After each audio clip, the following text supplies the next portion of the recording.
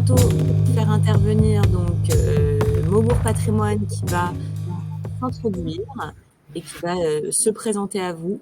Puis après, effectivement, on parlera de la classe d'actifs, le private equity. Et enfin, c'est Frédéric Stollard, le managing partner d'Altaroc, qui présentera son fonds et son millésime. Et puis enfin, on pourra bien évidemment poser des questions et des réponses. Olivia, merci. Je suis Patrick Fontan, je suis l'associé gérant du cabinet Maubourg Patrimoine. Bonjour à toutes, bonjour à tous. Ce que je vous propose, alors tout d'abord, cette conférence, elle devait être organisée physiquement avec Frédéric Stollard, qui était la guest star de cette conférence physique, qui est le managing partner de Altaroc. Frédéric Stollard a été pris dans les tempêtes mauriciennes. Mais il a fait l'effort de faire en sorte de pouvoir organiser cette conférence à partir de ses bureaux parisiens avec des systèmes de téléconférences qui sont performants. Donc, j'espère que pour vous, ça sera aussi intéressant que s'il était là. Et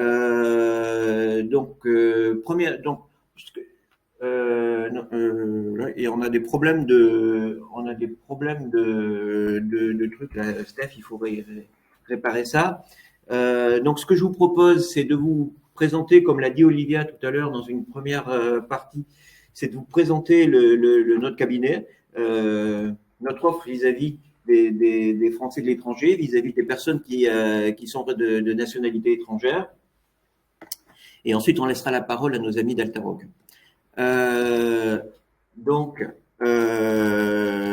Maubourg Patrimoine, c'est un cabinet de gestion de patrimoine qui fait du conseil aux particuliers et aux entreprises, qui est basé en France, qui est basé à Paris, à côté de l'Arc de Triomphe.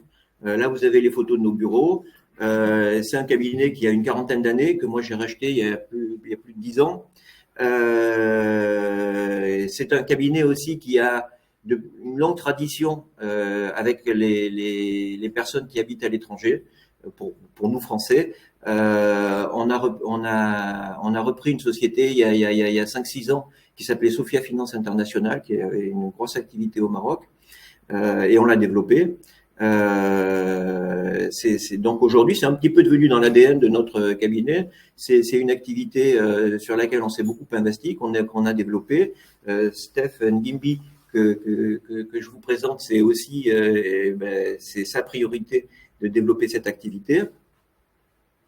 On a un cabinet qui a la taille que je souhaite, qui est ni trop petit, qui est ni trop grand. Ni trop grand, ça évite d'avoir. On n'est pas une banque, on ne cherche pas à ressembler à une banque. On cherche à avoir une activité plutôt familiale. Et on ne cherche pas non plus à avoir une taille trop petite, parce que sinon on n'a pas les moyens d'assurer un conseil de qualité. La deuxième, ça c'est l'élément qui nous paraît important vis-à-vis de vous. Donc on a une offre qui est la plus large de ce qui peut exister dans notre profession en France. Donc on est capable d'être à la fois conseil en investissement financier, parce qu'on a un jargon en France et on a beaucoup une réglementation très contraignante.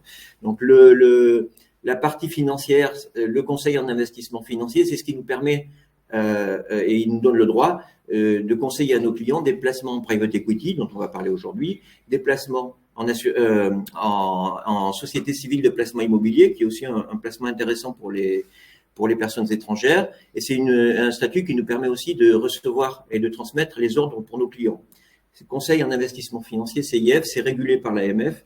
Donc, on a des contrôles régulièrement de l'autorité des marchés financiers française. On a un deuxième métier qui nous permet de distribuer des contrats d'assurance vie, qui soient français ou qui soient luxembourgeois. Cette activité de distribution de contrats d'assurance vie, elle doit être localisée en France. C'est-à-dire que les contrats que nous signons doivent être signés en France, même s'ils s'adressent à des clients étrangers. Donc, on travaille pour la clientèle internationale, on travaille essentiellement avec les grandes compagnies luxembourgeoises, Willings, nous on travaille aussi avec Vitis Life, on travaille avec Lombard. C'est une activité qui est aussi régulée en France, qui est régulée par l'ACPR, Autorité de contrôle des professionnels d'assurance. Troisième métier toujours dans le jargon administratif français, ce qu'on appelle IO-BSP, intermédiaire en opération de banque et de services de paiement. Donc ça, c'est une activité qui va nous permettre à la fois de proposer des comptes à terme. On en a fait beaucoup en fin d'année dernière parce que les taux étaient élevés. On en reparlera tout à l'heure, parce que les clients avaient de l'appétit pour profiter de cette période brève de taux élevés. Ça nous permet aussi de proposer des crédits. Donc on est courtier en crédit. Je vous cache pas que pour toute la clientèle étrangère ou pour toute la clientèle de Français qui résident à l'étranger, c'est plus compliqué. Alors déjà, c'est compliqué en France, mais c'est plus compliqué encore quand on est à l'étranger. Mais on le fait. Et dernier métier, lui aussi régulé, c'est le métier d'agent immobilier un peu classique.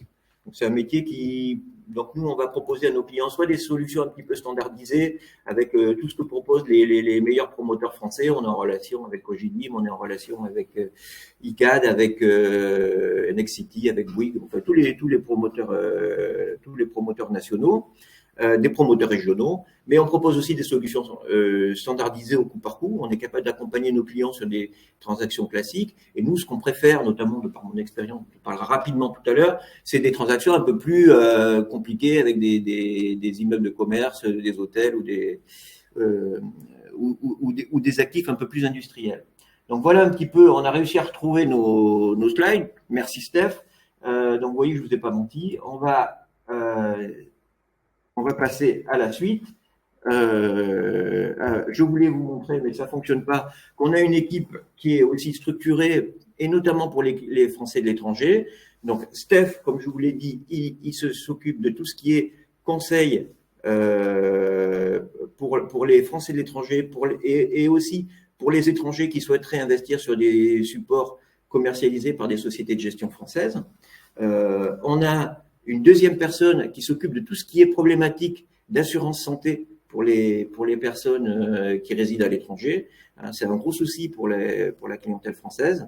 On a une personne qui est un peu l'alter ego, en tout cas qui est un représentant commercial de notre cabinet au Portugal, parce qu'on a aussi beaucoup de Français qui sont partis vivre au Portugal. Donc on a une personne qui est dédiée à leur suivi, qui s'appelle Christophe Puroland. Et ensuite, on a une équipe de conseillers. Si Steph il se casse la jambe, on a 4 conseillers qui peuvent pallier son absence temporairement ou plus longtemps d'ailleurs. On a un back-office et un middle-office structuré. Nos clients nous ont confié un mandat pour gérer une trentaine de millions d'encours. Donc, on a une personne qui suit pour elle les allocations sur ces contrats et qui passe les arbitrages quand il y a besoin. C'est une marque de confiance qui pour nous est assez importante. Vous voyez, on a retrouvé les slides, ça doit être moi qui suis pas très dégourdi pour les faire passer.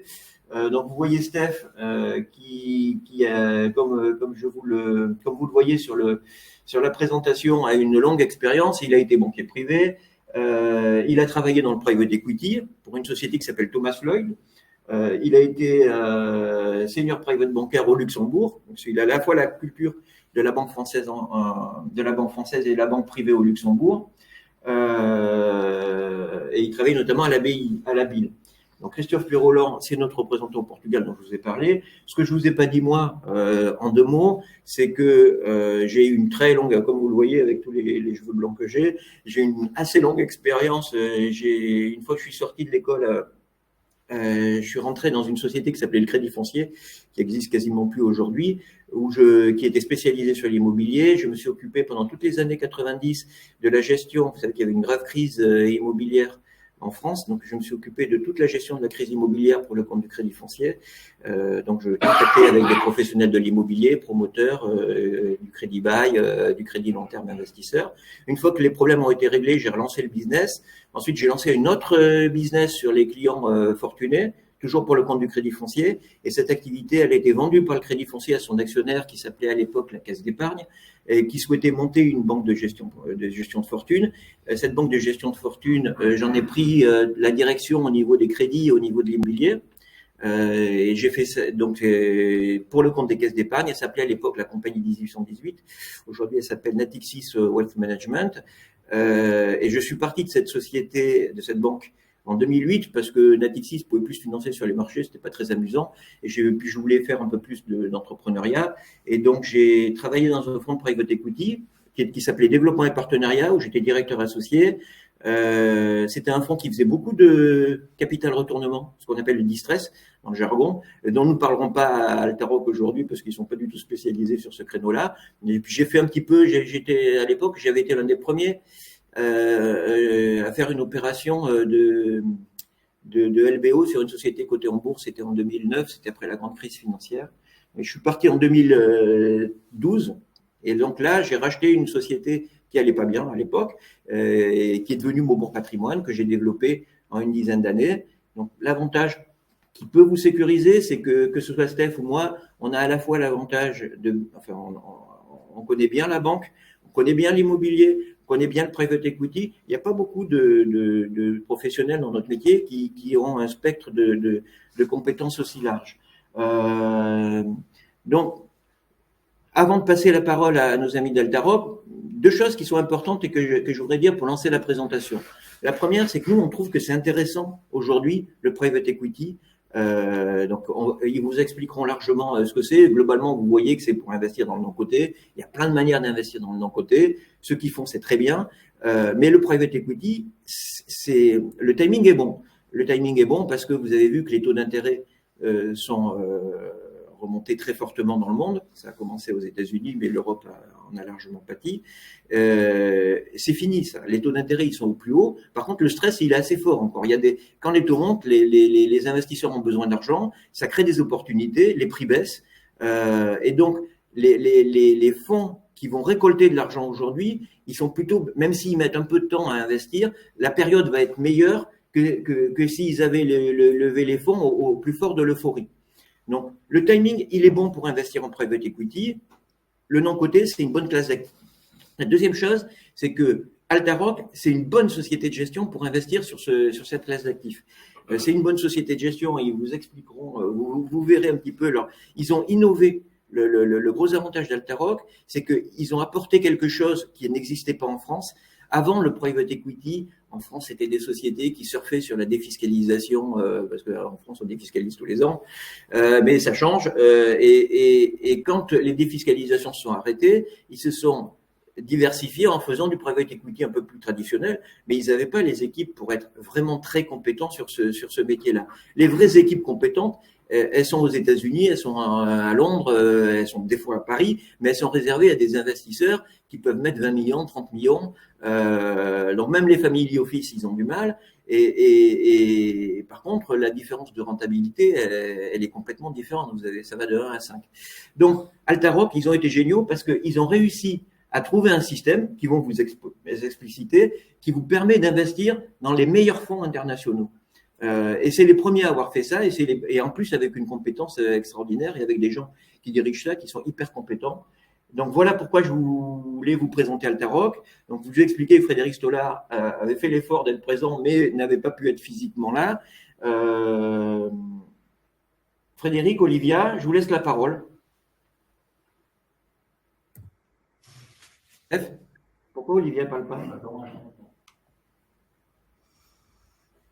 Olivia ne parle pas parce qu'elle m'a confié, à mon avis, le micro.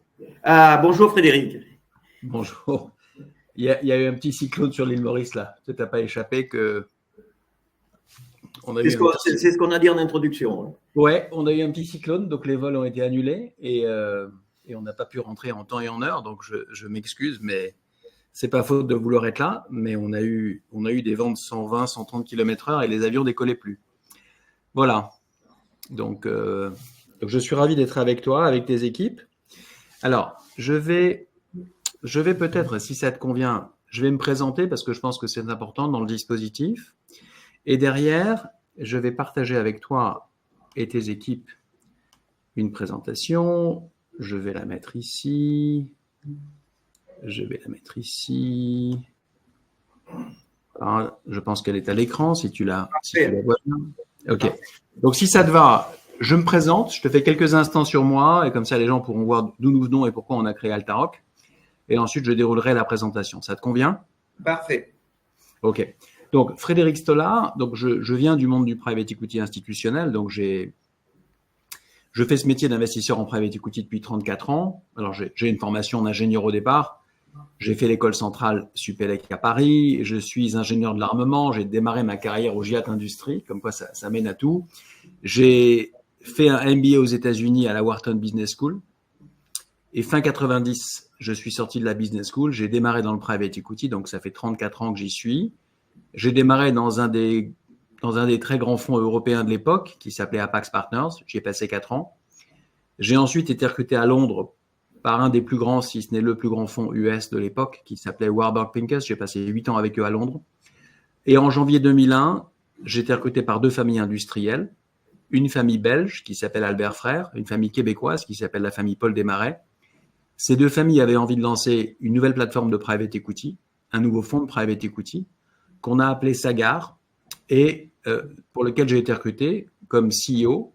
J'ai été le fondateur de ce fonds et j'ai été le directeur général de ce fonds pendant 20 ans, à côté de ces 2 familles de premier plan. L'ambition de Sagard à l'époque, c'était d'accompagner des ETI francophones et de les aider, en les rachetant évidemment, et en accompagnant leurs équipes de management à changer de braquet. Donc, nous avons acquis 38 sociétés qui valaient entre 100 et 500 millions d'euros. Et notre ambition, c'était évidemment de leur apporter des capitaux, mais surtout de les aider à changer de dimension, de faire d'une société leader régional un leader national, d'un leader national un champion européen, on va dire, et d'un champion européen un champion mondial. J'avais réuni un tour de table de 25 familles de premier plan. Pour ceux d'entre vous qui les connaissent certainement, Dassault, Peugeot, Arnaud, Mullier, Bouygues, Bettencourt, Foriel-Destezay, Mérieux, Allais. Des familles qui avaient envie, au-delà de la performance des fonds qu'on allait déployer pour elles, d'apporter le bénéfice de leur expertise industrielle à des ETI françaises. Donc Laurent Dassault nous a aidés dans l'aéro, Robert Peugeot dans l'auto, Paul-Louis Allais dans la distribution alimentaire, Alain Mérieux dans la santé, Martin Bouygues dans la construction. Donc on a racheté 38 ETI françaises, enfin francophones, françaises, belges ou suisses en termes de centre de gravité. Et nous avons livré une performance annuelle de 22% de rendement net par an, tous les ans, pendant 20 ans, net de tout frais. Alors les gens me demandent souvent, Frédéric, est-ce que 22% par an de performance, c'est une bonne performance? Alors le monde du private equity, on en parlera tout à l'heure, il est très normé, il est très mesuré, et le monde du private equity est classé en ligues en fait. Vous avez 4 ligues, la Ligue 1, la Ligue 2, la Ligue 3, la Ligue 4. La Ligue 1 est ce qu'on appelle le premier quartile mondial du private equity, c'est les 25% des meilleurs fonds mondiaux. Et nous étions, Sagard, premier quartile mondial pendant 20 ans tous les ans. Donc j'ai fait ça pendant 20 ans. Je suis parti il y a 3 ans, pour une raison simple, après 20 ans de maison, je dirais, parce qu'il y a 2 familles qui contrôlaient la société de gestion et qui, en dépit du travail de grande qualité fait par les équipes, et en partie par moi d'ailleurs, préféraient garder un capital très familial. Donc l'accès au capital était compliqué. Et donc, j'avais envie, après avoir créé ce fonds de toutes pièces et avoir fait de Sagard un des acteurs français les plus actifs sur le mid-market, j'avais envie de démarrer un nouveau projet dans lequel je serais évidemment très engagé opérationnellement, mais aussi très engagé actionnarialement. Et chez Sagard, c'était un peu plus compliqué que je ne l'avais anticipé. Voilà, donc je suis parti en très bon terme avec tout le monde. Quand j'ai annoncé que je partais, j'ai été appelé par à peu près tous les fonds de la place qui m'ont proposé de les rejoindre, parce que j'avais plutôt bonne presse dans le monde institutionnel du private equity, mais j'avais plus envie j'avais plus envie d'être salarié. Je me suis rendu compte que ça m'a donné envie d'entreprendre à titre personnel. J'avais 54 ans à l'époque et je suis parti de 2 constats simples en fait, si tu veux. Le premier, c'est que j'avais envie d'investir en private equity à titre personnel et que aucune de mes 3 banques privées n'offrait de solution, aucune de mes 3 grandes banques privées de place n'avait d'offre. Ça, c'est le premier constat que j'ai fait. Le deuxième constat que j'ai fait, c'est que les fonds du premier quartile mondial, et j'expliquerai pourquoi tout à l'heure, ne prennent pas de clients à moins de 30 millions. Donc ça ne les intéresse pas, donc ils ne prennent que des clients institutionnels. Et à l'heure où on se parle, 99,9% du private equity mondial est financé par des institutionnels, qui sont des caisses de retraite, des fonds de pension, des compagnies d'assurance vie et des banques pour leurs fonds propres. Et donc moi, de quoi j'avais envie? J'avais envie d'investir tous les ans dans un portefeuille diversifié, avec 6 ou 7 fonds de private equity de premier plan pour 80% du portefeuille et pour 20% du portefeuille des co-investissements directs sans fees et sans carry. Si je voulais me bâtir ce portefeuille, il fallait, on va dire, 6 x 30, 180, plus un peu de co-invest, il fallait 250 millions que je n'avais pas. Et donc, je me suis dit, si quelqu'un veut se bâtir un portefeuille clé en main de private equity mondial de premier plan, comme les 25 familles qui m'accompagnaient l'ont fait tous les ans pendant 20 ans, il fallait être capable de mobiliser à minima 300 millions et plutôt 500 millions à 1 milliard par an. Je n'avais pas cette somme, aucune des banques privées n'offrait ce produit-là. Je me suis dit, en fait, il faut créer une nouvelle société de gestion qui va fabriquer clé en main un produit qui ressemble à celui que je veux acheter moi. Et donc, je me suis mis en tête de créer une nouvelle société de gestion qui allait fabriquer tous les ans un millésime d'exception de private equity comme celui que je voulais souscrire, avec un rêve en tête, offrir ce produit à des clients privés à partir de 100 000 euros, sachant que 100 000 euros, c'est le ticket minimum que l'AMF impose en France. Et donc, l'ambition d'Altaroc, la révolution d'Altaroc 1.0, c'était d'offrir, à partir de 100 000 euros, un portefeuille de private equity mondial, clé en main, de qualité équivalente, voire supérieure, à celui que les 25 familles pour lesquelles j'ai travaillé pendant 20 ans se constituent chaque année, voire de qualité supérieure à celui que les plus grands institutionnels mondiaux se construisent chaque année avec des équipes considérables. Ça, c'était la révolution 1 d'Altaroc que j'ai voulu conduire. Alors, j'ai parlé de ce projet au monsieur qui est à gauche sur la photo, si tu le vois. Voilà, Maurice Chéniaud, donc Maurice est un vrai vétéran du private equity. Il a créé l'industrie du private equity en Europe il y a 50 ans. Il sortait d'HEC et d'Harvard en 72. Il n'y a pas beaucoup de Français qui faisaient Harvard à l'époque. Il s'est associé avec deux camarades de classe, un Anglais qui s'appelle Ronald Cohen, un Américain qui s'appelait Alan Patrikoff. Et ils ont créé Apax et ils ont fait en 50 ans d'Apax une des plus grandes firmes mondiales de private equity. Donc Maurice était un des 3 managing partners de la firme pendant 40 ans. Il a pris sa retraite il y a quelques années d'Apax. Et alors donc il a passé 50 ans de sa vie à convaincre des institutionnels d'investir en private equity. Et puis il y a 30 ans, il a eu une idée pionnière qui ressemble beaucoup à Altaroc aujourd'hui d'ailleurs, qui était qu'il voulait ouvrir aussi le private equity à des clients privés, si tu veux, avec un constat simple, c'est que pour investir dans un bon fonds de private equity en France il y a 30 ans, il fallait être capable de mobiliser entre 5 et 10 millions de francs, et pas beaucoup de clients avaient ces sommes-là à l'époque. Et donc, il s'est dit, je vais permettre à des clients privés d'investir en private equity par la bourse, qui était une idée très nouvelle à l'époque. Donc, il a créé une société cotée qu'il a appelée Altamir. Il a levé 60 millions de francs, à peu près 10 millions d'euros, avec une idée simple. Altamir allait co-investir en minoritaire à côté d'Apax France, dans chacune des transactions d'Apax France. Chaque fois qu'Apax France allait vendre une société, les produits de la vente qu'allait récupérer Altamir en tant que co-investisseur minoritaire n'allaient pas être distribués aux investisseurs, comme c'est souvent le cas dans du private equity auto-liquidatif, mais réemployés dans les transactions futures, et les gens trouveraient leur liquidité par la bourse en fait. Donc il a créé un holding diversifié de private equity. Alors aujourd'hui, ça a un nom très sophistiqué, ça s'appelle un fonds Evergreen, côté de private equity. Maurice a créé le premier. À titre d'information, les 10 millions d'euros que Maurice a levés valent aujourd'hui 1,5 milliard. Et il a distribué sur 30 ans 385 millions de dividendes. Voilà. Donc, les gens qui l'ont suivi ont fait à peu près 200 fois la mise, ce qui fait à peu près 20% de TRI par an pendant 30 ans, pardon. Et donc, quand j'ai présenté mon projet à Maurice, Maurice m'a dit, Fred, c'est fantastique, c'est la version moderne d'Altamir. Faisons-le ensemble. Donc, j'ai rejoint Maurice. Donc, lui, il avait une société de gestion qui s'appelle Amboise. Amboise pilote la société Altamir. J'ai racheté un bout du capital important à Maurice. Je suis devenu le directeur général d'Amboise et j'ai apporté mon projet à Amboise. On a passé les 6 premiers mois de 2021 à bâtir une plateforme technologique qui permet aux clients de Maubourg Patrimoine en 2 minutes de souscrire à du private equity institutionnel, qui est une petite révolution technologique. On a passé 6 mois à faire ça. Si tu veux, fin 21, je suis parti sur la route collecter mon premier millésime. J'avais convaincu une vingtaine de conseillers en gestion de patrimoine de travailler avec nous. Chacun m'avait dit qu'en l'espace de 8 semaines, entre 15 octobre et 15 décembre, il pourrait lever entre 500 000 et 1 million. Donc, on s'était fixé une ambition de collecte de 20 millions. J'ai collecté 270 millions en 8 semaines, donc très au-delà de nos attentes. Pas parce que j'étais un bon commercial, parce que les clients privés étaient très en demande d'un produit de ce type. Le best-of du private equity mondial, clé en main de qualité institutionnelle. Donc, on a collecté beaucoup plus que prévu. Alors, on avait juste un petit problème. On n'a jamais anticipé cette volumétrie, donc on n'avait pas réservé assez de capacité. Donc, on a capé le fonds à 200 millions. Et donc, on n'a pas pu servir tout le monde. L'année suivante, je suis parti sur la route lever un second millésime. J'ai levé un peu moins de 500 millions entre avril 22 et mars 23 sur 12 mois glissants. L'année dernière, nous avons lancé notre millésime 3 qui a démarré en avril et qui est en train de se clore. Il sera clos en fin mars 24. On a collecté un peu plus de 300 millions à date, ce qui fait qu'à aujourd'hui, on a collecté 1 milliard, 6 000 clients privés, 1 milliard de collecte. J'ai recruté 54 personnes depuis 2 ans et demi. Donc, nous sommes aujourd'hui la plus grosse équipe de private equity institutionnel à destination des clients privés. Et au-delà d'une équipe passionnée, habitée d'experts qu'on a recrutés, ce que je peux dire pour finir la présentation d'introduction, c'est que Maurice et moi, on a souhaité investir dans chacun de nos produits à titre personnel. Nous payons les mêmes termes et conditions que les clients privés de Maubourg Patrimoine et on investit 33 millions chaque année, Maurice et moi, à nous deux. Donc, ça veut dire que sur les 3 années passées, on a investi 100 millions. Voilà. Donc, nous sommes, et c'est la vertu du private equity, très alignés. On parle toujours d'alignement d'intérêt, d'alignement vertueux d'intérêt.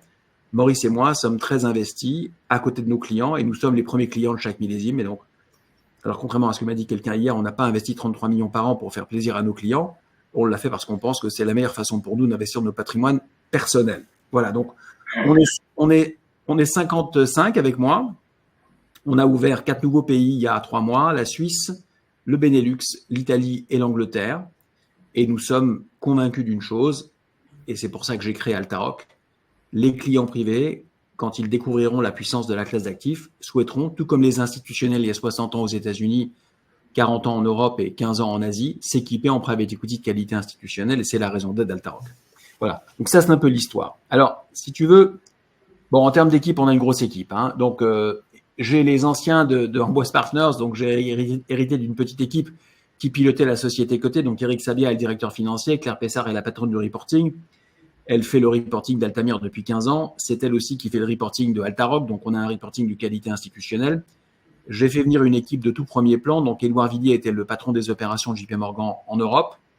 Il est responsable des opérations chez Altaroc. Christophe Bourdeau est co-head des opérations. Il était responsable des opérations du middle et du service chez Apax. Donc, c'est un grand spécialiste de la tuyauterie du private equity. Laurent Laloy était le Chief Technology Officer de Sopra, qui est une des plus grosses SS2I européennes. Julien Bétou au milieu est l'ancien patron du marketing de Canal+. Damien Hélène est l'ancien rédacteur en chef de BFM Business. J'expliquerai pourquoi on a recruté tout à l'heure. On a une équipe parisienne de 9 personnes pour couvrir les conseillers en gestion de patrimoine comme Maubourg, donc avec un maillage assez fin du territoire. Ça en fait sourire certains. On a 7 personnes au service client. Alors, pourquoi 7 ? Parce que le private equity est encore peu développé chez les clients privés et nous recevons en moyenne 2000 appels par mois de la part de conseillers comme Maubourg qui ont des questions spécifiques de clients privés. Et nous avons base de connaissances, ChatGPT du private equity et évidemment un call center 24/24 pour répondre à toutes les questions que les conseillers ont sur nos produits. Donc, on a 7 personnes qui répondent en moyenne à 100 questions par jour de nos partenaires CGP. On a monté une infrastructure industrielle et digitale pour servir les clients privés avec un produit instit au cœur de notre offre. Alors, le private equity, tu l'as dit, hein, c'est investir au capital de sociétés non cotées. Alors, on en fait tous un petit peu, c'est comme M. Jourdain, on n'en est pas forcément conscient, mais 99,9% du marché du private equity, de l'investissement dans les sociétés non cotées, n'est pas fait par des particuliers, il est fait par des fonds, par des gérants de private equity, dont les clients sont aujourd'hui à 99% des institutionnels, des caisses de retraite, des compagnies d'assurance vie, des fonds de pension et des banques pour leurs fonds propres, qui ont 2 objectifs, générer un retour sur investissement efficace sur des horizons de 5 à 7 ans et aider aussi des sociétés de l'économie réelle à libérer un potentiel de création de valeur. Donc l'ambition de ces fonds, c'est d'apporter une valeur ajoutée opérationnelle et industrielle aux managers, hommes et femmes qui les accompagnent. Alors, dans ma vie d'avant, si tu veux, j'étais patron d'un fonds mid-market, assez efficace, basé à Paris, Sagard.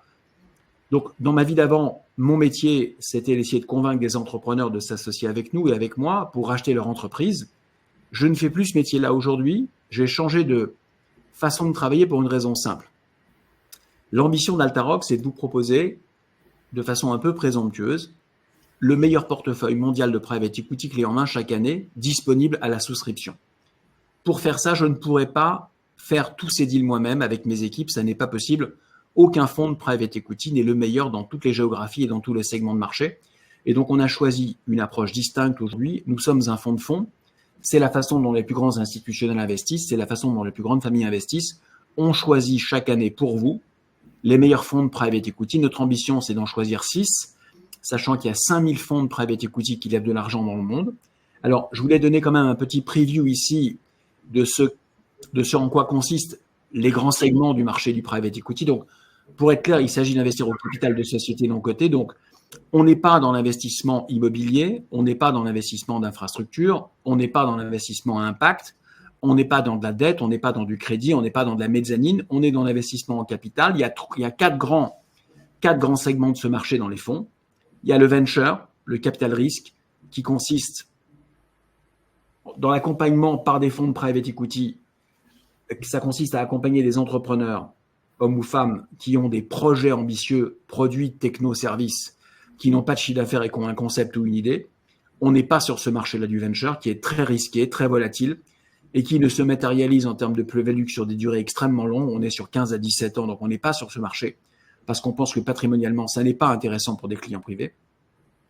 Lorsque les sociétés ont passé la phase de venture, et qu'elles sont plutôt en phase d'hypercroissance, et pour celles d'entre elles qui traversent ce cap-là, et qui atteignent 40, 50 millions de chiffre d'affaires et qui sont en hypercroissance, on parle de croissance de 40 à 50% par an, ces sociétés ont besoin de capitaux pour continuer à croître, pour continuer à recruter des vendeurs, ouvrir de territoires nouveaux, racheter des usines ou des concurrents. Elles lèvent souvent du capital de façon minoritaire auprès de fonds de growth, des fonds de capital développement.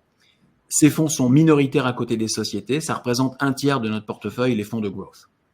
Ensuite, tu as, pour des sociétés qui ont une croissance plus raisonnable et qui sont sur des marchés plus balisés avec des modèles économiques parfaitement établis et dont la rentabilité structurelle est élevée et qui génèrent des cash flows importants, on a le marché le plus important du private equity qu'on appelle le buyout, le LBO, en français le capital transmission. Des fonds majoritaires utilisent l'effet de levier pour acheter des sociétés mûres, leaders sur leur marché. Ça représente 2 tiers de notre portefeuille. Et enfin, il y a un marché qu'on appelle le capital retournement, le capital redressement. Ça consiste pour des fonds de private equity à racheter des sociétés en difficulté, parfois en faillite, à la barre du tribunal et avec l'aide de managers très expérimentés à essayer de les redresser. Nous ne sommes pas sur ce marché, car ce marché a un taux de décès des sociétés rachetées très important. Ce sont des fonds qui rachètent une dizaine de sociétés par fonds, parce que l'intensité capitalistique et managériale est élevée. Sur une dizaine de sociétés rachetées, 5 vont faire faillite sous 2 ans, 2 ou 3 vont rendre la mise, et ce sont les 2 ou 3 dernières sociétés du portefeuille qui décideront de la performance ou pas du portefeuille et du millésime. C'est une volatilité qui ne correspond pas à notre horizon patrimonial. Donc, on a décidé de concentrer notre choix de gérant dans 2 univers, le growth pour 1 tiers et le buyout pour 2 tiers. Voilà. Alors, si tu me permets, je voulais résumer, j'aurais aimé vous le présenter physiquement, mais je voulais vous résumer les 6 raisons qui peut-être vous intéresseront dans l'approche d'investissement Altaroc. La première, c'est que la classe d'actifs du private equity offre un couple rendement-risque qui est très attractif. Alors, je vous ai mis ici, et c'est un graphe qu'Olivier et moi on utilise souvent, sur 5 ans, 10 ans, 15 ans, 20 ans, la performance comparée du private equity et de la bourse. Donc, on va comparer en vert la performance moyenne du private equity mondial sur 5 ans, 10 ans, 15 ans, 20 ans, net de frais évidemment, net de tout frais, et la performance des marchés cotés en gris, et on a choisi comme indice le MSCI. Voilà. Donc, qu'est-ce qu'on voit de façon très simple, quelles que soient les géographies, quelles que soient les météos géopolitiques ou macroéconomiques, le private equity surperforme les marchés cotés de 5 à 7% par an tous les ans dans le monde. Donc, en valeur relative, le private equity bat la bourse de 5 à 7% par an. En valeur absolue, maintenant, le private equity a livré sur de très longs horizons de temps, en moyenne, entre 10 et 15% par an, dans un marché financier où, je dirais, si on compare ça à des fonds euros, Patrick, on est entre 2,5 et 3%. On est sur des marchés immobiliers commerciaux qui ont rapporté entre 4 et 5% et qui aujourd'hui sont plus compliqués. Donc, à la fois par sa surperformance relative et par sa performance absolue, le private equity représente une classe d'actifs financière très performante sur la durée. Alors, il y a un autre graphe qu'Olivier et moi on aime beaucoup, c'est la performance du private equity mondial sur les 40 dernières années. On t'a mis ici un graphe qui est très important et sous lequel il y a énormément de données derrière. Si tu prends 86, la barre à 19%, ça représente la performance moyenne mondiale de tous les fonds du monde. Il y en avait 4200 de private equity qui ont levé de l'argent en 1986. Donc, ça veut dire que la performance moyenne du private equity mondial en 86, elle était de 19% net de frais. Qu'est-ce que ça veut dire quand on prend un peu de hauteur sur ce graphe? Ça veut dire que quand tu regardes la performance moyenne du PE mondial sur les 40 années passées, la pire année, c'est 7,5% en 1997, net de frais. Je ne connais pas d'industrie financière dans laquelle, sur les 40 ans passés, il n'y a pas eu d'année négative et dans laquelle l'année la moins performante ait été une année à 7,5. Donc, tu as beaucoup moins de volatilité dans le private equity que tu n'en as dans les marchés cotés, parce que sur les marchés cotés, tu as des années à moins 20 ou moins 30, ce que tu n'as pas sur le marché du private equity. Donc, tu as une bien moindre volatilité du private equity. La deuxième chose que tu as, c'est une vraie décorrélation entre le private equity et les marchés cotés. Si on regarde ce qui se passe dans les grands moments de stress sur les marchés financiers, j'entends, si on prend, et on s'en souviendra tous, 2001, donc l'éclatement de la bulle Internet, en 2001, le CAC fait moins 50. En 2008, c'est l'éclatement de la bulle Lehman. Le CAC fait moins 50 aussi en 3 mois. Regardez la performance des millésimes de private equity levés sur ces années.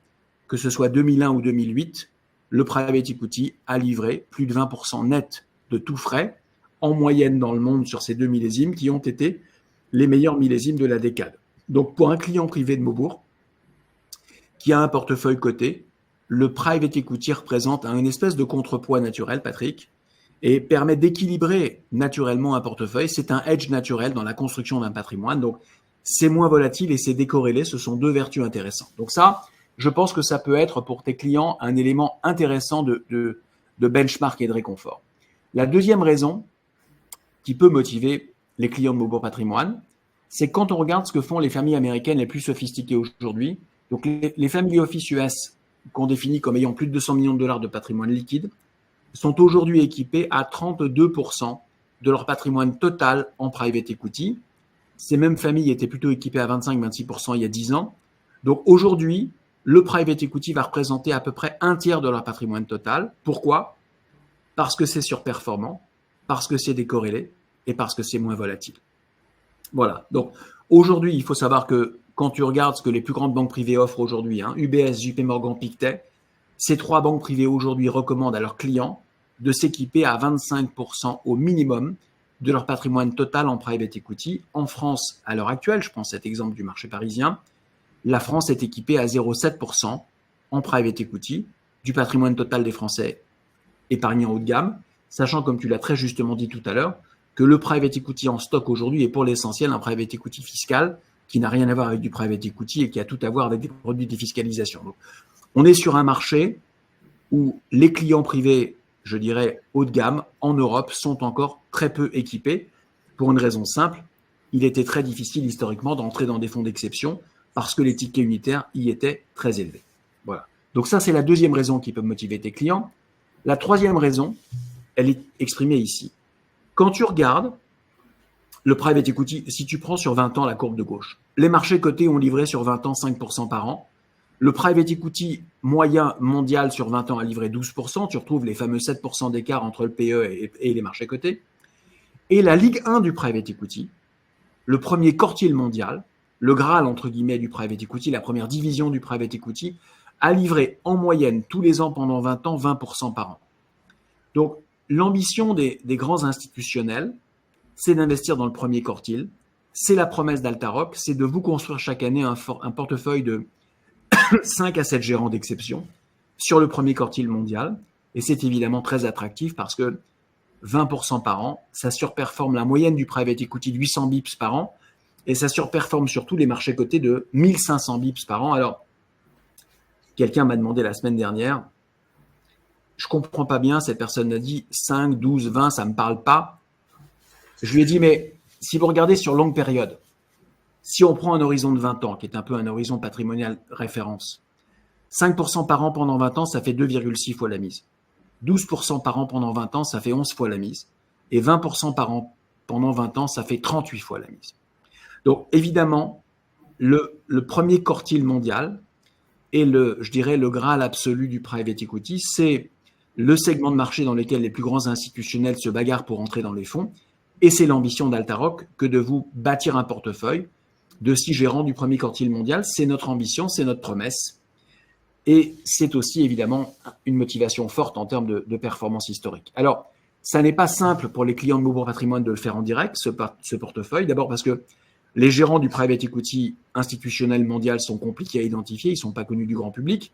Les tickets unitaires, comme je l'ai expliqué tout à l'heure, sont très compliqués à atteindre. Ces fonds ne s'intéressent pas à des clients qui mettent moins de 20 ou 30 millions de dollars, donc c'est compliqué pour des clients privés jusqu'à l'avènement d'acteurs comme Altaroc de rentrer dans ces fonds.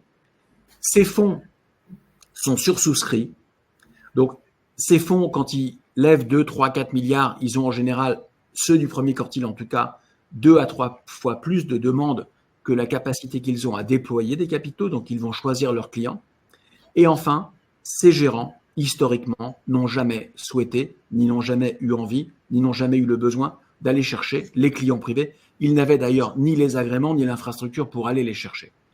C'est pour toutes ces raisons que si vous souhaitez investir dans du private equity premier quartile mondial, vous avez besoin d'agrégateurs comme Altaroc pour le faire. Et avant l'avènement d'acteurs comme nous, il était compliqué pour des clients privés de se construire des portefeuilles de cette qualité. Alors, peut-être un petit mot sur l'équipe. L'équipe de sélection des gérants. Donc, Maurice et moi, on a été patrons de fonds pendant 30 à 40 ans, donc on connaît bien l'écosystème du private equity mondial. Louis Flamand nous a rejoint il y a 6 mois. Louis, il était le patron du private equity mondial chez UBS au sein de la banque privée. C'est lui qui sélectionnait le portefeuille de gérants des clients privés chez UBS. Et puis, sur les 7 dernières années, il était le patron du private equity mondial chez MetLife, qui est le plus gros assureur vie mondial, et il pilotait un portefeuille de 30 milliards de private equity. Quant à Dimitri Bernard, il était responsable de la sélection des fonds de private equity Europe chez Indosuez avant de nous rejoindre. Donc, à 4, nous connaissons très bien l'écosystème du private equity mondial pour avoir été patron de fonds, sélectionneur au sein de banques, de fonds de fonds ou d'assureurs vie. Voilà.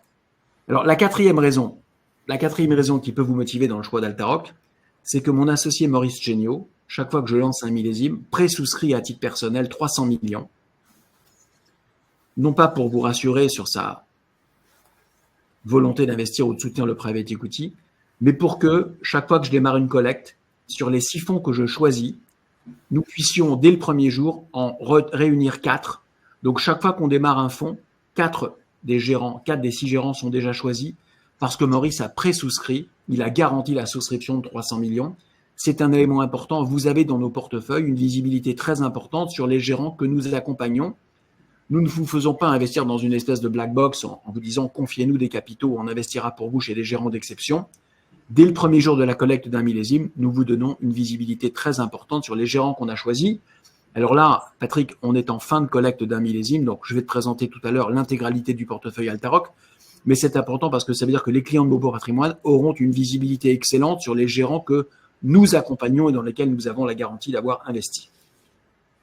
Dernier élément important dans l'histoire, quand on bâtit pour vous un portefeuille de 6 fonds de private equity mondial, du premier quartile, on ne va pas juste coller 6 fonds dans une poche, on va essayer de bâtir pour vous une stratégie d'allocation et de vous bâtir un espèce de portefeuille clé en main avec une vraie vision stratégique et une vraie ambition.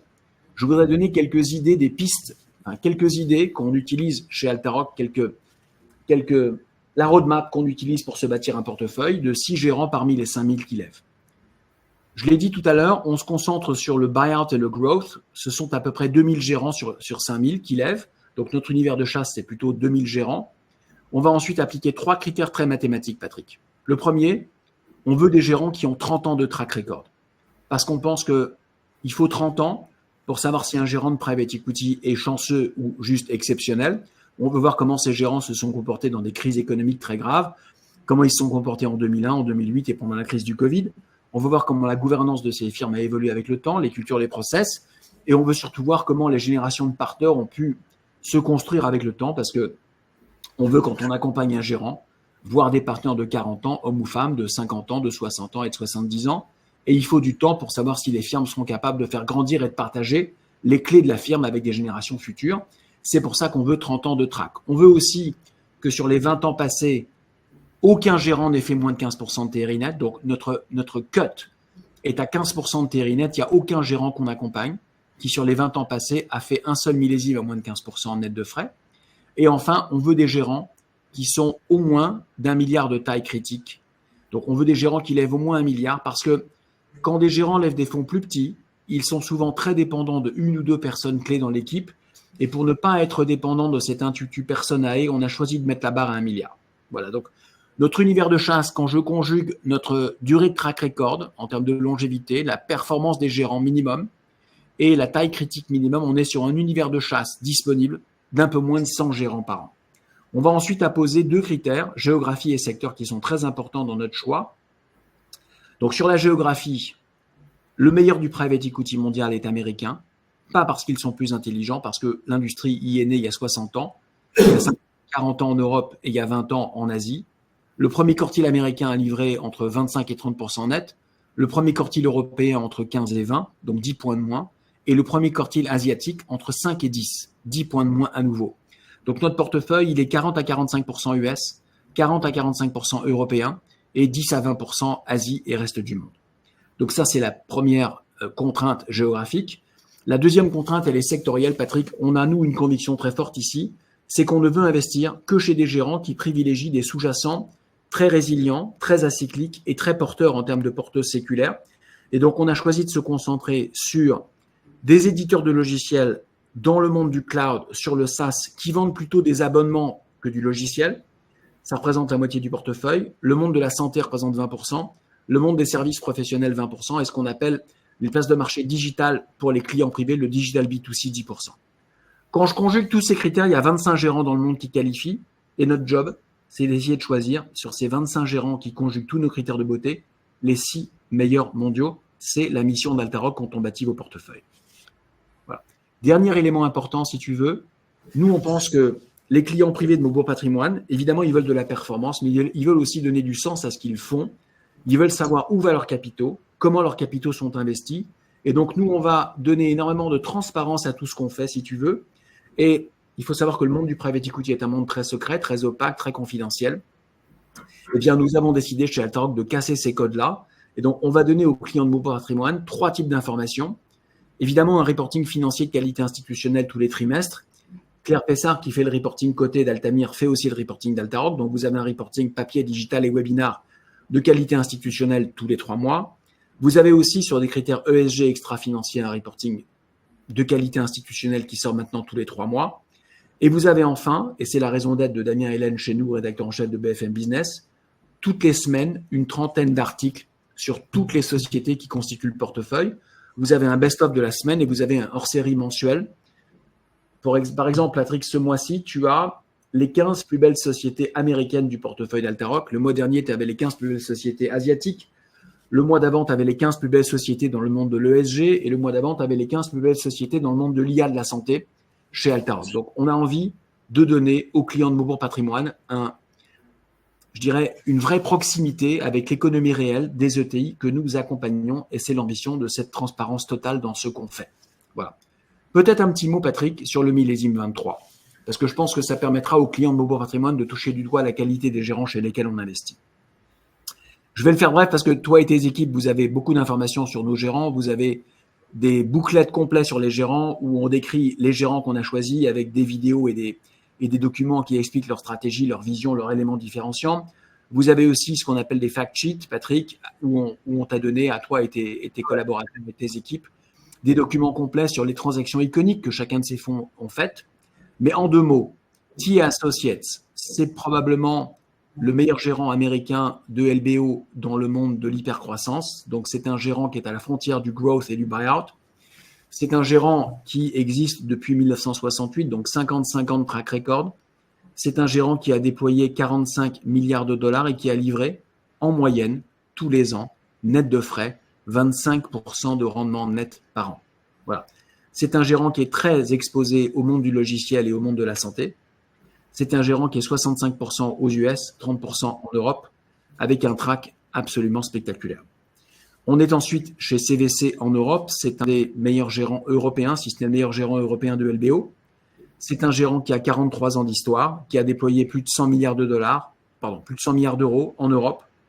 C'est un gérant qui investit à 75% en Europe, 20% aux US, 5% en Asie, et qui, sur 140 milliards d'euros, a livré, depuis 43 ans, un TRI net annuel moyen de tout frais de 24% par an. On a ensuite accompagné un gérant américain du monde de la santé, très spécialisé dans le monde de la santé, qui s'appelle New Mountain. C'est un gérant qui a 25 ans d'histoire, qui a investi 40 milliards de dollars, qui a livré 21% de rendement net par an. Alors, parfois les gens me disent, oui, mais 21, c'est moins bien que 24 et 25. Oui, mais il y a une particularité exceptionnelle chez New Mountain. Tu regardes le loss ratio, c'est le nombre de sociétés dans lesquelles un fonds perd éventuellement de l'argent. C'est pas le nombre de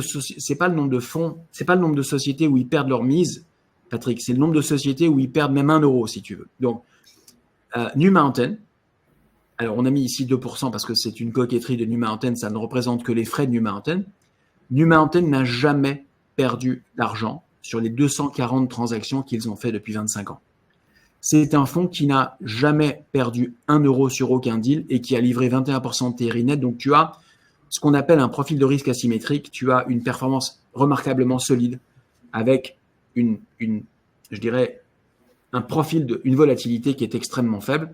Et New Mountain a inventé une thèse d'investissement qu'ils appellent Defensive Growth. La grande théorie de New Mountain, c'est chez nous, vous ne perdrez d'argent dans aucune transaction. Et donc, c'est un prisme très particulier sur 3 sous-segments de la santé depuis 25 ans qu'ils connaissent par cœur. Voilà. Je te fais un petit zoom. Donc, Inflection, c'est le meilleur fonds anglais de tous les temps. C'est un gérant qui a 25 ans d'histoire. C'est un gérant qui accompagne que des fondateurs. Donc, il ne veut pas acheter des sociétés à des grands groupes. Il ne veut pas acheter des sociétés à des fonds de private equity. Il ne veut pas acheter des sociétés cotées en bourse. Il n'achète des sociétés qu'à des fondateurs avec des structures très particulières. C'est un fonds qui investit en minoritaire avec une structure de retour préférentiel. Donc, ils accompagnent des fondateurs qui cherchent à lever de l'argent pour consolider leurs industries. Alors, parfois, ils font des LBO. Ce n'est pas la stratégie qu'on accompagne ici.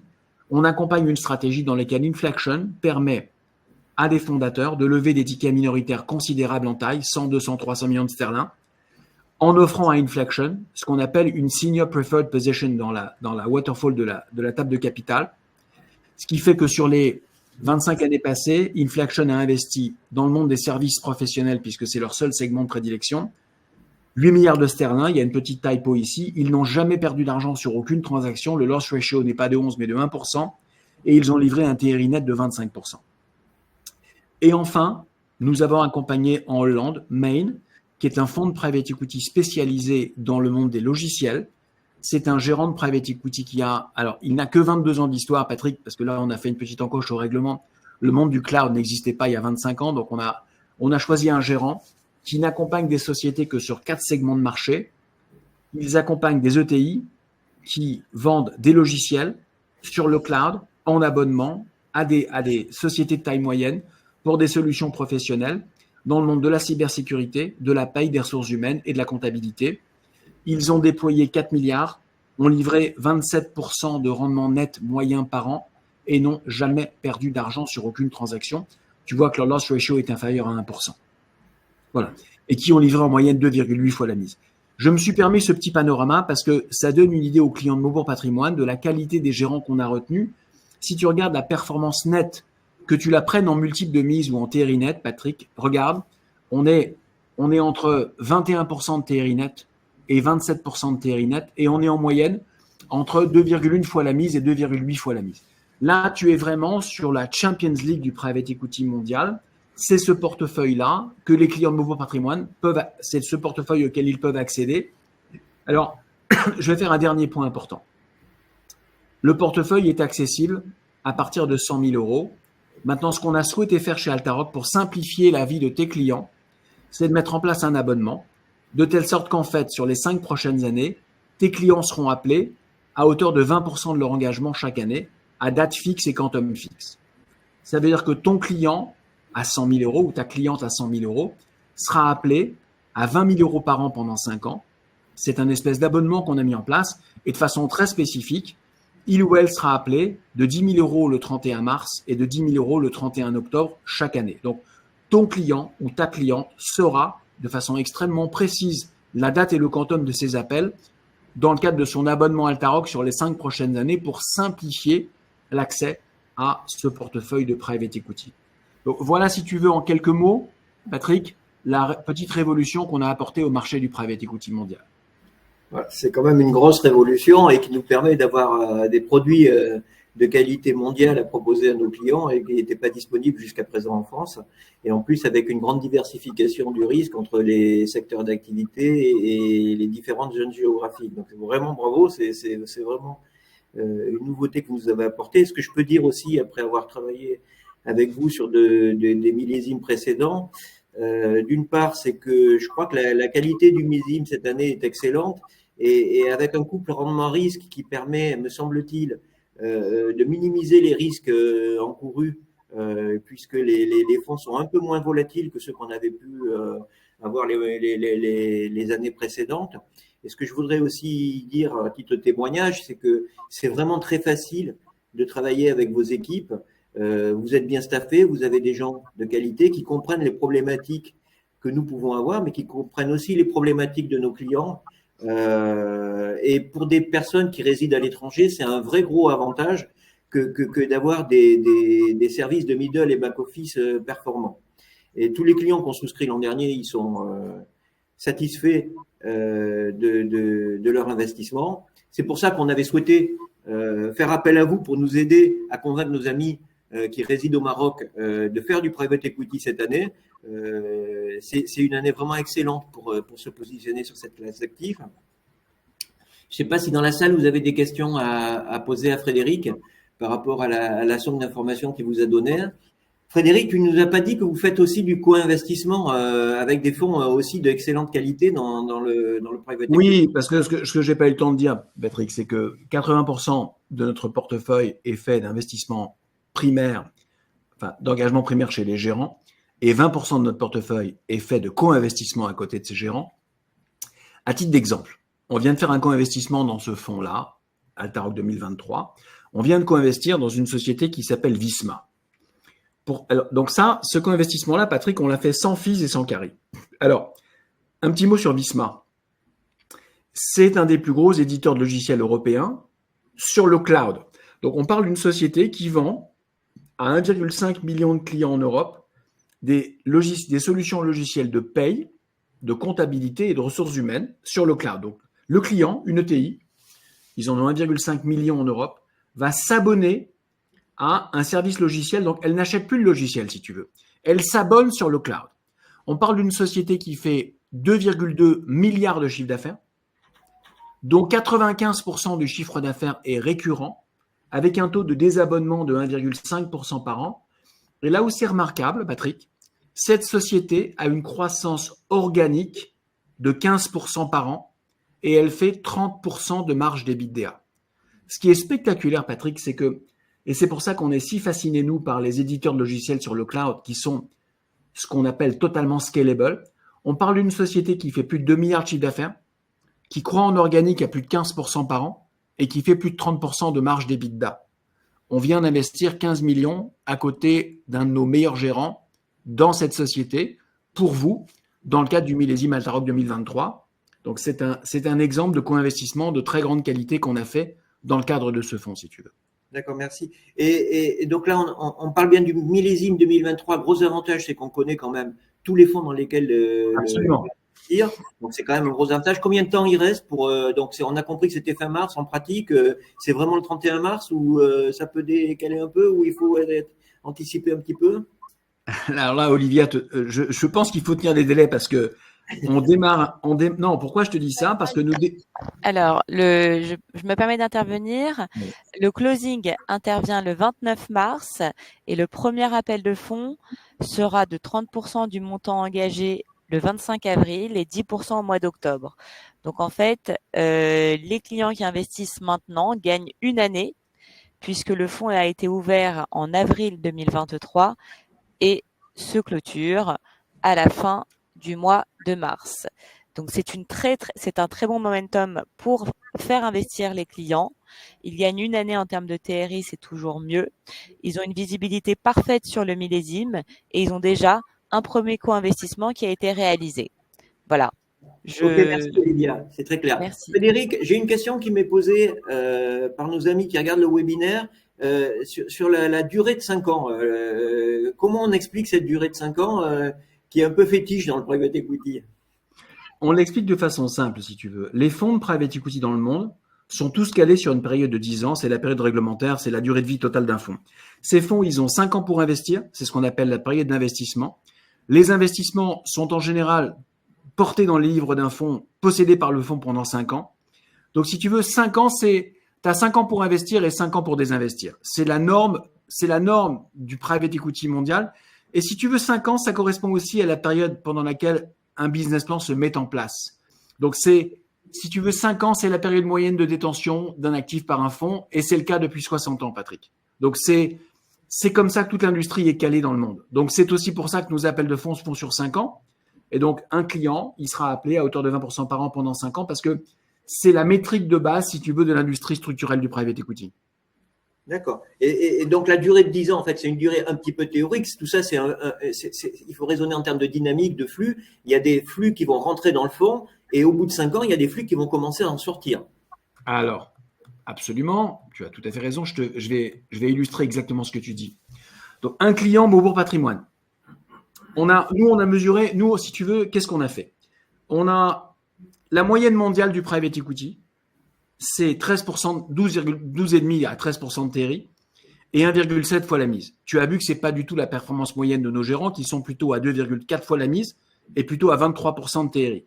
Mais en moyenne, le private equity mondial, si tu veux, le client Beaubourg, il sera appelé sur 5 ans. Donc 100 000 euros appelés sur 5 ans, c'est 20 000 euros par an.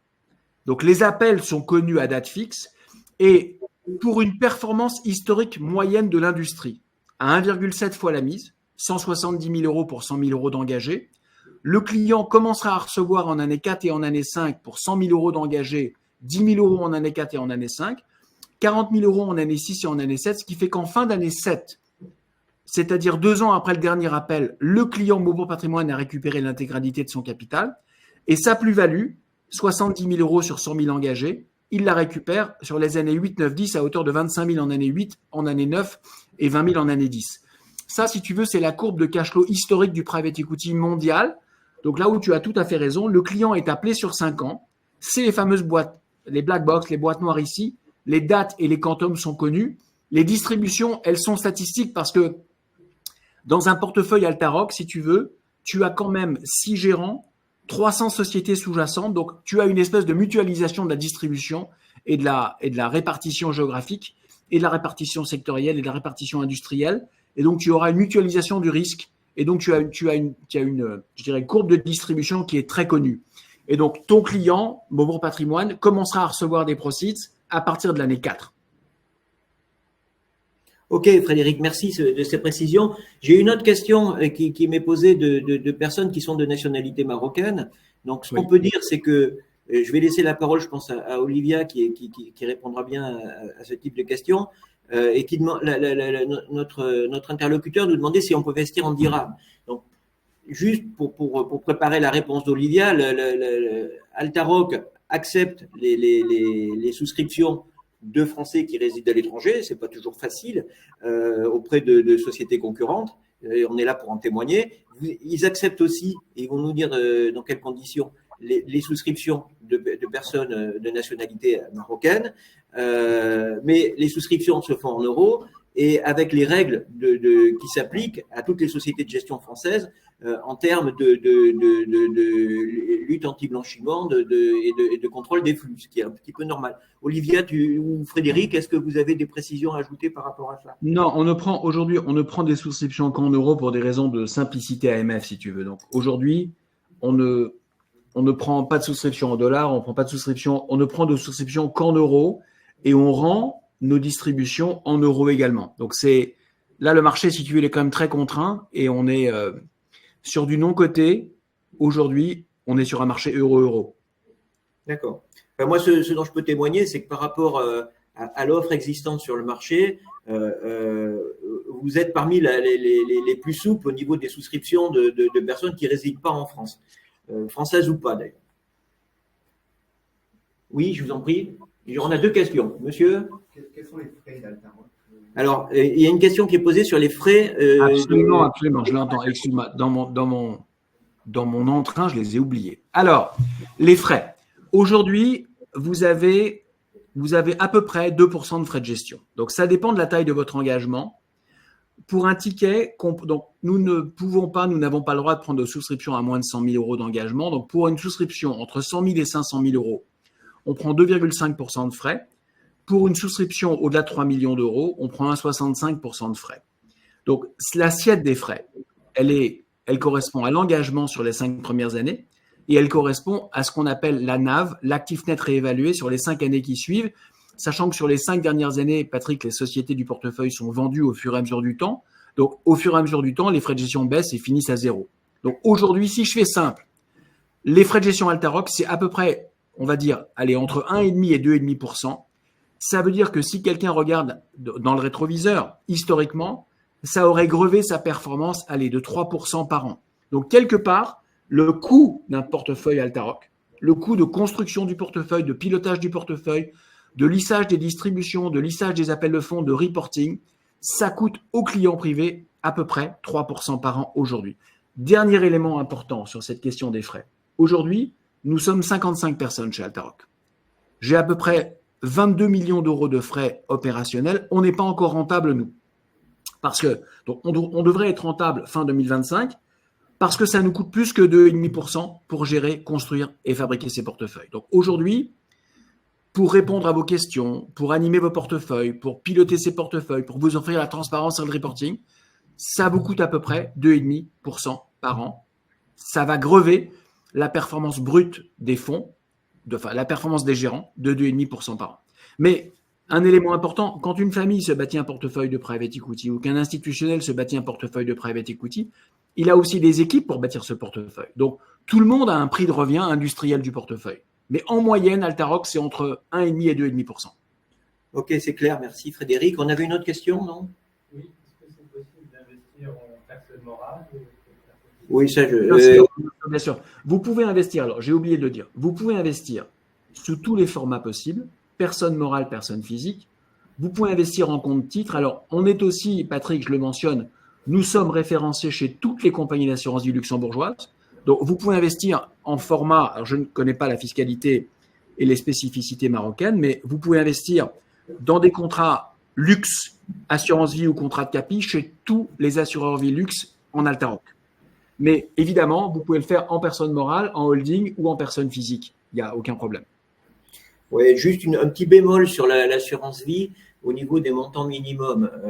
Parce que pour loger l'assurance vie dans un contrat luxembourgeois, il faut généralement utiliser ce qu'on appelle un FAS. C'est un compartiment spécial du contrat d'assurance vie. Et c'est compliqué d'ouvrir des FAS à moins de 250 000 euros. Alors, on n'est pas obligé de mettre 250 000 euros sur Altaroc dans le contrat d'assurance vie, mais on peut mettre 100 000 euros, mais il faut que la poche qui s'appelle FAS fasse 250 000 euros au minimum. Voilà. Est-ce que vous avez d'autres questions? Une autre question, monsieur? Les sociétés sous-jacentes dans lesquelles les fonds investissent, avec 300 sociétés, ils ont fait taille. Oui, je ne sais pas si tu as entendu, Frédéric. La question porte sur la taille des sociétés qui font partie des fonds que vous avez retenus. Est-ce qu'on est low market, mid market, low mid market? Si je fais simple, Patrick, on a un positionnement qui est le mid market. On n'est pas sur du large cap. On n'est pas sur du small cap. Le portefeuille d'Altaroc, il est très orienté mid-market. On a dans le mid-market toute une gamme. On a du small mid-market, du core mid-market, du upper mid-market, du large mid-market. On n'est pas sur des méga deals. On n'est pas sur des petites entreprises non plus parce que ça ne correspond pas à notre profil de risque. Typiquement, les sociétés du portefeuille d'Altaroc font entre 100 et 500 millions d'euros de chiffre d'affaires. OK. Qui est le sweet spot qu'on adore. Et, élément très important, on accompagne des fonds surdimensionnés. Les fonds qu'on accompagne ont des organisations industrielles large cap pour acheter des sociétés mid cap. C'est aussi une des clés de la performance. Très clair. Monsieur? Les titres sont déposés dans une banque. Alors là, une fois qu'on est en direct, qu'est-ce qu'ils deviennent les titres? Alors, c'est très simple. Aujourd'hui, le dépositaire, c'est KCIS. Donc, c'est le plus gros dépositaire mondial. Donc, les sommes que vous nous confiez sont déposées chez KCIS et nous ne pouvons pas mouvementer les flux autrement qu'en application du règlement et c'est validé par KCIS. Donc là, c'est très strict. Nous ne pouvons pas faire autre chose que d'investir dans les fonds de private equity qu'on a indiqués et quand on reçoit des distributions, KCIS doit vous les envoyer. Donc tout est piloté par KCIS. Et pour compléter ta réponse, Frédéric, ce qui est important avec vous, c'est que vous acceptez les souscriptions au nominatif pour les personnes qui ne résident pas en France. Toutes les sociétés de private equity en France n'ont pas cette règle-là. Donc, en fait, vous n'avez pas besoin d'ouvrir un compte bancaire, un compte titre dans une banque pour pouvoir souscrire Alteroc. Alteroc a ses contraintes bancaires avec KCIS, en fait, de dépositaire avec KCIS, mais vous ne vous contraindra pas à ouvrir un compte en France pour ça. Tout à fait. Oui. Donc là, on en a parlé un petit peu rapidement, Frédéric, juste en 2 mots pour schématiser et synthétiser les secteurs dans lesquels les fonds vont investir. Donc là, on m'a parlé de la tech. Il y a 4 secteurs. C'est très simple. Les secteurs sous-jacents. Et alors, vous avez ce que je peux faire, Patrick, je peux t'envoyer aussi un reporting très clair, ou Olivia peut t'envoyer ça. Attends, je cherche la slide. Donc, on a un reporting très clair sur le portefeuille 21, 22, 23. Il y a 4 secteurs sur lesquels on investit. Les éditeurs de logiciels sur le cloud en mode SaaS, les sociétés du monde de la santé, les sociétés du monde des services professionnels et ce qu'on appelle les places de marché digital B2C. Donc, vous remarquerez, il n'y a pas d'industrie, il n'y a pas d'utilities. Donc, il n'y a pas de secteur cyclique, il n'y a pas de secteur volatile. Et on a essayé de se concentrer sur des secteurs dans lesquels les porteuses de croissance sont très bien orientées pour que, si jamais les multiples baissaient, eh ben, en attendant 1 an de plus, la croissance sous-jacente du secteur est tellement forte qu'on fera le multiple de la mise attendue en dépit de la volatilité des multiples de mise. Donc, on a un choix des sous-jacents sectoriels qui est très engagé. On a choisi des sous-jacents qui sont, je dirais, on a une vraie vision, Patrick, sur les sous-jacents dans lesquels on veut investir. C'est lié au fait que Maurice et moi, on fait du private equity depuis très longtemps. Et il y a des secteurs sur lesquels on pense aujourd'hui qu'on ne peut pas aller générer de performances exceptionnelles. On n'est pas dans l'industrie, pas parce qu'on n'aime pas l'industrie, mais parce qu'on pense qu'aujourd'hui, des sociétés industrielles qui croissent à 4-5% par an, que tu vas payer 15 fois l'EBITDA, avec 4 ou 5% de CAPEX en sales, tu ne pourras pas faire 15% de TRI net là-dessus. Ouais, donc, on a un choix très engagé sur nos secteurs et nos pays qui est le fruit de notre expérience. Et ce qu'on constate en analysant vos millésimes successifs, c'est qu'il y a quand même une forte montée en régime, et c'est un peu naturel, hein, de tout ce qui est mode SaaS, cloud, les logiciels qui génèrent des revenus récurrents. Absolument. Sur le monde du logiciel, 87% du chiffre d'affaires de nos sociétés de logiciels est récurrent à 100%, Patrick. OK. D'autres questions ? Frédéric, je crois que je regarde sur le chat si on n'a pas des personnes qui nous suivent à distance. Donc, je crois que c'est bon. Frédéric, merci pour tout. C'était encore une fois extraordinairement clair et convaincant. Olivia, merci pour ton aide aussi.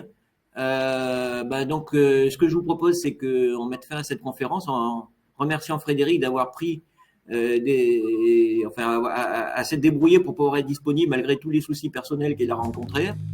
Et puis, je vous dis à très bientôt à tous. On vous enverra un replay du webinaire. On vous enverra évidemment les supports qui l'accompagnaient. Et merci Frédéric, merci Olivia. À bientôt. Au revoir. Merci à vous. Merci à tous et bonne journée. Au revoir, merci.